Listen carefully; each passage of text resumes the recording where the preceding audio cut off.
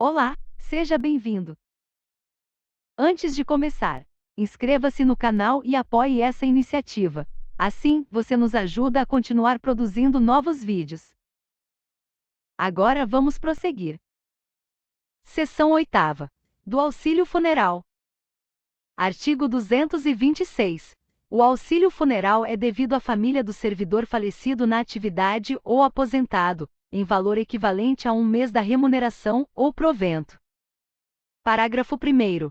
No caso de acumulação legal de cargos, o auxílio será pago somente em razão do cargo de maior remuneração. Parágrafo 3º. O auxílio será pago no prazo de 48 horas, por meio de procedimento sumaríssimo, à pessoa da família que houver custeado o funeral. Artigo 227. Se o funeral for custeado por terceiro, este será indenizado, observado o disposto no artigo anterior. Artigo 228. Em caso de falecimento de servidor em serviço fora do local de trabalho, inclusive no exterior, as despesas de transporte do corpo correrão à conta de recursos da União, autarquia ou fundação pública.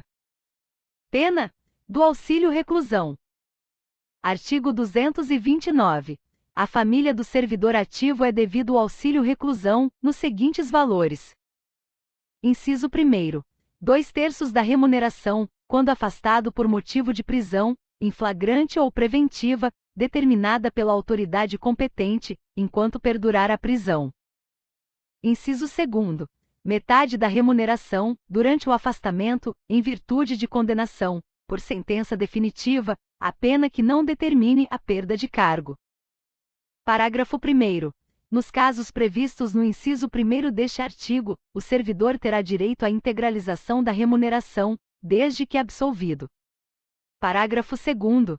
O pagamento do auxílio reclusão cessará a partir do dia imediato àquele em que o servidor for posto em liberdade, ainda que condicional. Parágrafo 3º.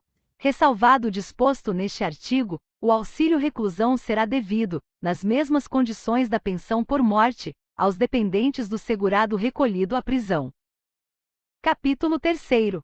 Da assistência à saúde. Artigo 230. A assistência à saúde do servidor, ativo ou inativo, e de sua família compreende assistência médica, hospitalar, odontológica, psicológica e farmacêutica, terá como diretriz básica o implemento de ações preventivas voltadas para a promoção da saúde, e será prestada pelo Sistema Único de Saúde SUS, diretamente pelo órgão ou entidade ao qual estiver vinculado o servidor, ou mediante convênio ou contrato, ou ainda na forma de auxílio, mediante ressarcimento parcial do valor despendido pelo servidor, ativo ou inativo, e seus dependentes ou pensionistas com planos ou seguros privados de assistência à saúde, na forma estabelecida em regulamento. Parágrafo 1º. Nas hipóteses previstas nesta lei em que seja exigida perícia, avaliação ou inspeção médica, na ausência de médico ou junta médica oficial, para sua realização o órgão ou entidade celebrará, preferencialmente, convênio com unidades de atendimento do Sistema Público de Saúde, entidades sem fins lucrativos declaradas de utilidade pública, ou com o Instituto Nacional do Seguro Social INSS. Parágrafo 2º. Na impossibilidade, devidamente justificada, da aplicação do disposto no parágrafo anterior, o órgão ou entidade promoverá a contratação da prestação de serviços por pessoa jurídica, que constituirá junta médica especificamente para esses fins, indicando os nomes e especialidades dos seus integrantes, com a comprovação de suas habilitações e de que não estejam respondendo a processo disciplinar junto à entidade fiscalizadora da profissão. Parágrafo 3º. Para os fins do disposto no caput deste artigo, ficam a União e suas entidades autárquicas e fundacionais autorizadas a: Inciso 1º.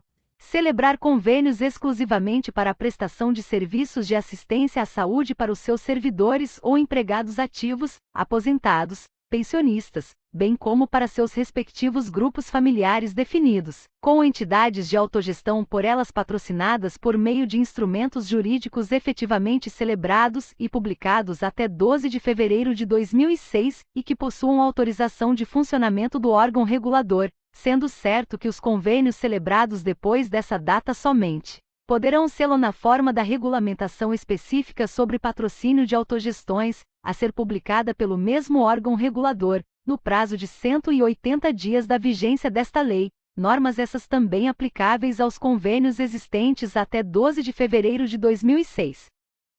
Inciso 2º. Contratar, mediante licitação, na forma da Lei nº 8.666, de 21 de junho de 1993, operadoras de planos e seguros privados de assistência à saúde que possuam autorização de funcionamento do órgão regulador. Parágrafo 5º. O valor do ressarcimento fica limitado ao total despendido pelo servidor ou pensionista civil com plano ou seguro privado de assistência à saúde. Capítulo 4. Do custeio. Título 7º. Capítulo único.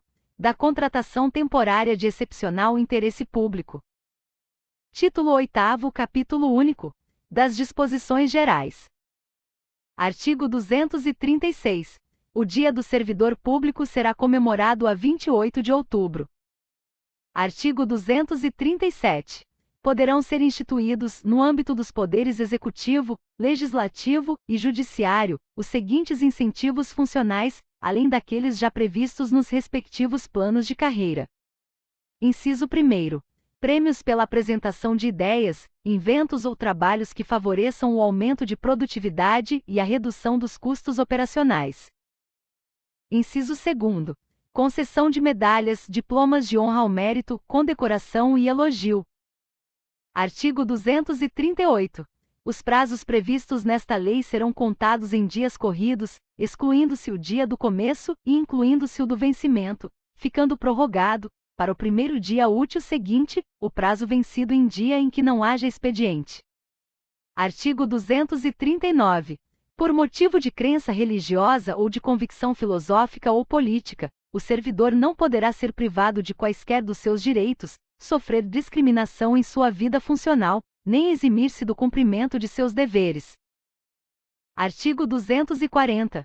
Ao servidor público civil é assegurado, nos termos da Constituição Federal, o direito à livre associação sindical e os seguintes direitos, entre outros, dela decorrentes. Alínea A. De ser representado pelo sindicato, inclusive como substituto processual. Alínea B. De inamovibilidade do dirigente sindical, até um ano após o final do mandato, exceto se a pedido.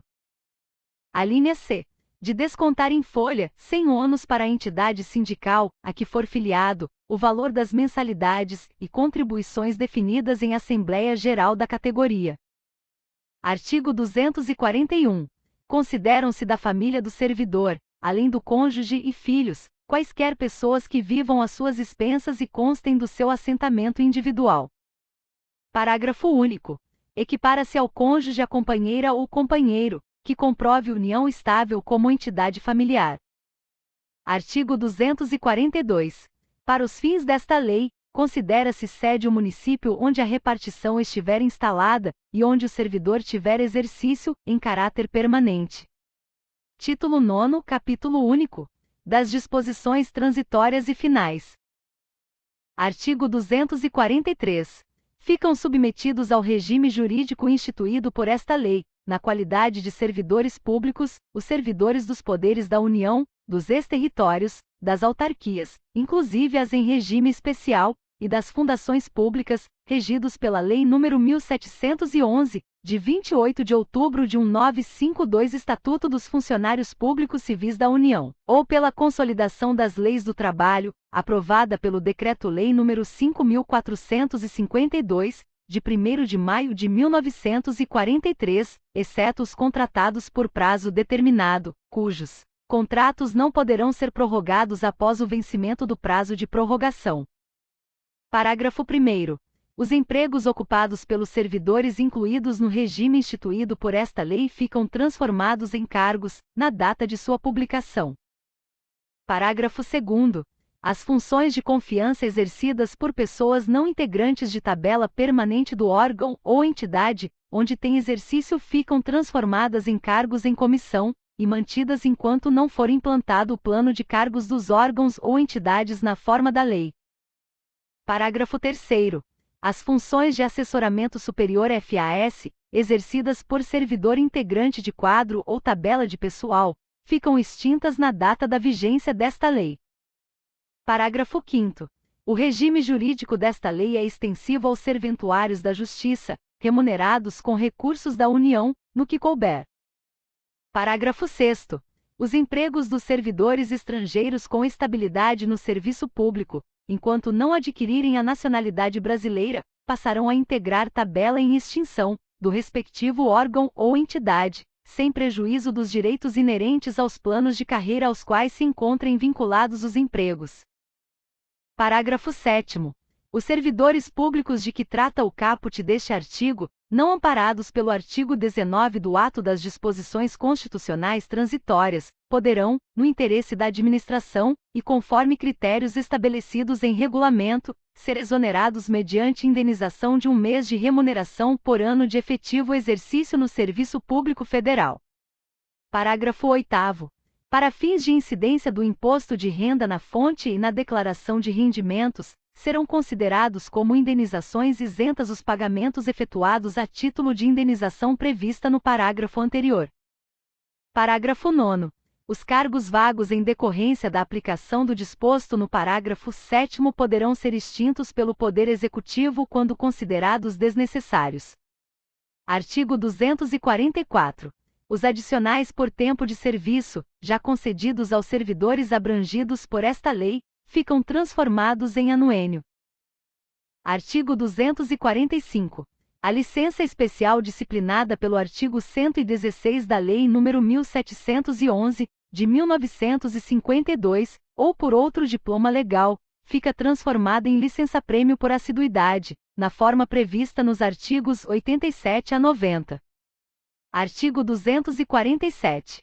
Para efeito do disposto no título 6º desta lei, haverá ajuste de contas com a Previdência Social, correspondente ao período de contribuição, por parte dos servidores seletistas abrangidos pelo artigo 243. Artigo 248. As pensões estatutárias, concedidas até a vigência desta lei, passam a ser mantidas pelo órgão ou entidade de origem do servidor. Artigo 249.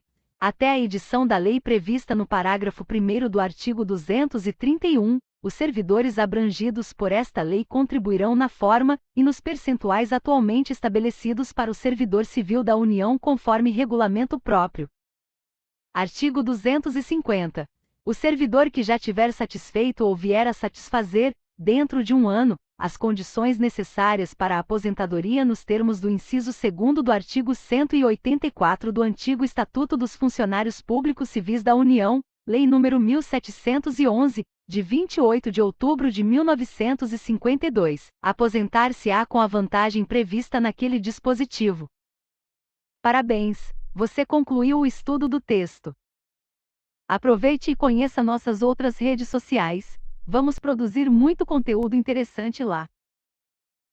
Vamos ficando por aqui. Obrigada. Nos vemos em breve.